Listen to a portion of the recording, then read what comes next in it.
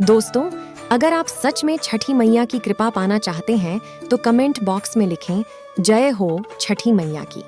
छठी मैया का आशीर्वाद आपके परिवार पर सदैव बना रहे।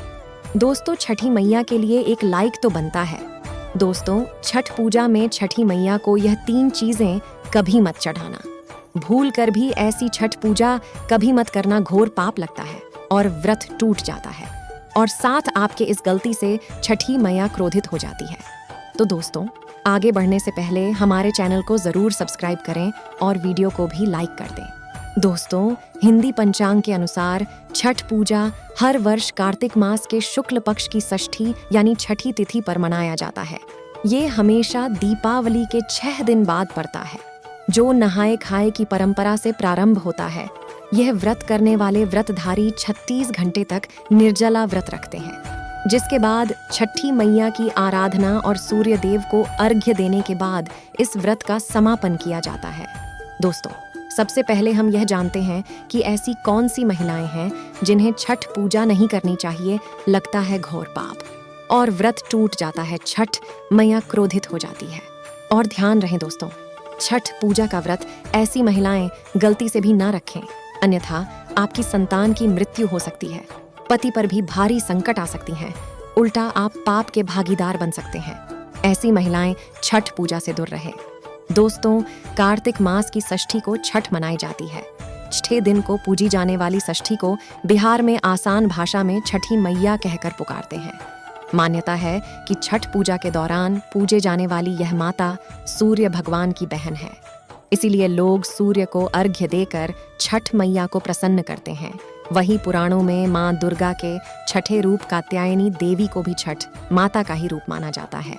छठ मैया को संतान देने वाली माता के नाम से भी जाना जाता है।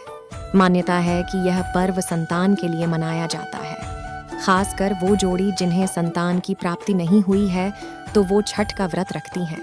वहीं सभी अपने बच्चों की सुख शांति के लिए छठ मनाते हैं। लेकिन क्या आप जानते हैं, कुछ ऐसी महिलाएं भी हैं जिन्हें छठ पूजा का व्रत गलती से भी नहीं रखना चाहिए। ये सबसे बड़ा घोर पाप माना जाता है। महिलाएं ऐसी गलती कभी ना करें। तो चलिए जानते हैं।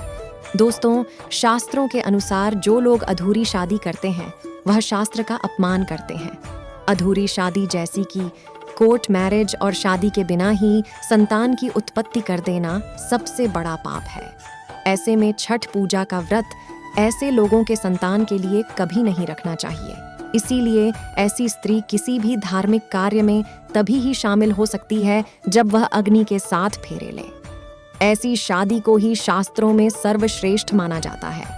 ऐसे में अगर आपकी अधूरी शादी है तो आप छठ पूजा कभी न करें।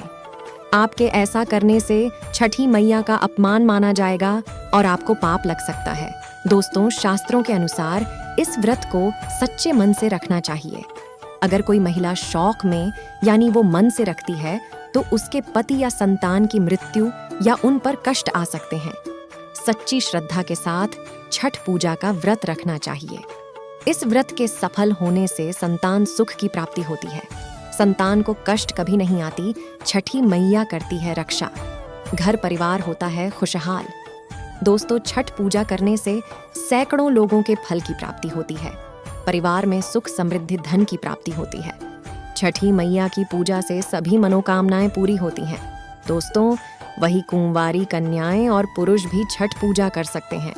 छठ पूजा का व्रत पूरा करने से स्वयं छठी मैया आपके पूरे घर की रक्षा करती है। दोस्तों, अब यह भी जान लेते हैं कि छठ पूजा में ऐसी कौन सी 10 गलतियां हैं जो भूलकर भी नहीं करनी चाहिए। भयंकर पाप लगता है। तो साथियों, पहला नंबर, सूर्य भगवान को अर्घ देने के लिए सिर्फ तांबे का लोटा ही प्रयोग करें, लेकिन भूल कर भी चांदी, स्टील, शीशा और प्लास्टिक के बर्तन से अर्घ्य नहीं देना चाहिए। इससे व्रत खंडित हो जाता है। नंबर 2, व्रत के दौरान घर में कभी भी मांसाहार ना बनाएं और ना ही परिवार में किसी को खाने दें। साथ ही साथ व्रत के दौरान घर में मदिरा आदि या धूम्रपान भी नहीं करना चाहिए। नंबर 3, साथियों, छठी मैया का प्रसाद बहुत ही शुभता के साथ बनाया जाता है। उनका प्रसाद हमेशा ऐसे चूल्हे पर बनाएं जिसे ताज़ा लीपा गया हो। यदि गैस चूल्हे पर बना रहे हो तो गैस स्टोव को अच्छी तरह से धो लें। पहले से बने चूल्हे पर कभी प्रसाद ना बनाएं। इसके लिए नया चूल्हा ही बनाएं। नंबर 4, सूर्य को अर्घ देने से पहले कभी भी भोजन ग्रहण ना करें। व्रतधारी को पहले और दूसरे दिन सूर्य को जल देने के बाद ही भोजन ग्रहण करना चाहिए। अब है नंबर 5, छठी मैया से मांगी आपकी कोई भी मन्नत अगर पूरी हो जाए तो आपको अपनी मन्नत को पूरा होने की विशेष पूजा जरूर करनी चाहिए, अन्यथा मैया के प्रकोप का सामना करना पड़ सकता है। नंबर 6, घर में प्याज और लहसुन का प्रयोग इन 4 दिनों तक भूल कर भी ना करें। इससे जीवन में आपको बहुत बुरे दौर से गुजरना पड़ सकता है। इस समय लहसुन और प्याज आदि चीजों से दूरी बना लें। अब है नंबर 7, छठ का व्रत करने वालों को जमीन पर 4 दिन तक सोना चाहिए। इसमें छठ पूजा वाले कमरे में ही अपना आसन लगाना शुभ होता है। ऐसे में आपको छठ मैया का ध्यान करते रहना चाहिए। इससे माँ आपके व्रत को संपूर्ण करती है और कोई भी विघ्न बाधा नहीं आती। नंबर 8, जिस जगह पर प्रसाद बन रहा हो वहां साधारण भोजन नहीं बनाना चाहिए। साथ ही साथ उस स्थान पर खाना भी वर्जित होता है। नंबर 9, प्रसाद बनाते हुए नमक का हाथ भी किसी पूजा की वस्तु या प्रसाद से नहीं छूना चाहिए और पूजा के दौरान अपनी वाणी को बुरी बातों से थोड़ा दूर रखें। जुबान पर गंदे विचार भी नहीं लाना चाहिए। छठी मैया का आशीर्वाद पाने के लिए मन में गंदे विचार नहीं लाने चाहिए। नंबर 10, घर में पूजा के दौरान झूठे बर्तन और गंदे कपड़ों का ढेर बिल्कुल भी नहीं होना चाहिए। इससे छठी मैया क्रोधित हो जाती हैं और व्रत टूट जाता है, क्योंकि छठी मैया को साफ सफाई बहुत पसंद है। इसलिए व्रत के दौरान अपने घर को साफ सुथरा रखें और गंगा जल से छिड़काव अवश्य कर लें, जिससे पूरा घर पवित्र हो जाता है और छठी मैया का आशीर्वाद भी प्राप्त हो जाता है।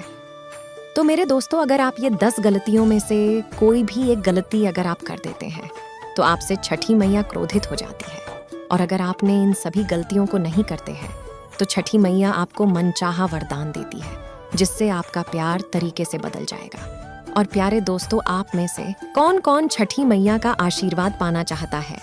अगर आप छठी मैया का आशीर्वाद पाना चाहते हैं तो सच्चे दिल से कमेंट बॉक्स में जय छठी मैया जरूर लिखें। और छठी मैया के इतनी ज्ञानवर्धक वीडियो के लिए चैनल को सब्सक्राइब करके वीडियो को लाइक जरूर करें। प्रेम से बोलो जय छठ माता।